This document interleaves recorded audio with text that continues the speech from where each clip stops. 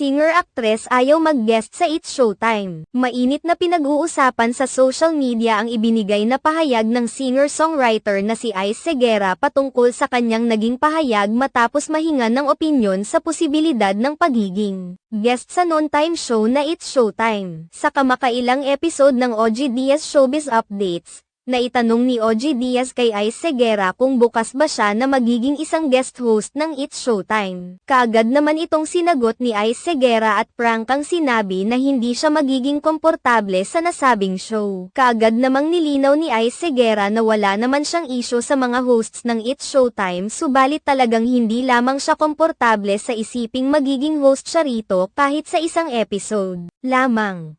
Muling naitanong ni OG Diaz kung ang dahilan ng kanyang pagiging uncomfortable sa It's Showtime ay may kaugnayan sa respeto niya sa TVJ at sa Eat Bulaga kung saan siya dating naging host. Dito, nainamin ni Ice Seguera na kung wala siyang respeto kina Tito Sotto, Vic Sotto at Joey De Leon ay tiyak umano na magiging komportable siyang makasama ang mga host ng It's Showtime. Inilahad rin ni Ice Seguera na wala namang dahilan para maging co-host siya ng It's Showtime. Inilahad din ni Ice Seguera na kahit papaano ay magkaibigan naman sila ng mga hosts ng show, subalit bilang delikadesa sa pagiging host noong ng Eat Bulaga ay mas pipiliin na lamang ni Ice Seguera na huwag nang maging guest host. Hindi naman lingid sa kaalaman ng maraming mga netizens na unang nakilala si Ice Seguera nang sumali siya sa isang contest sa Eat Bulaga. Nagsimula rin ang kanyang showbiz career matapos siyang mapabilang sa noontime show na Eat Bulaga bilang host.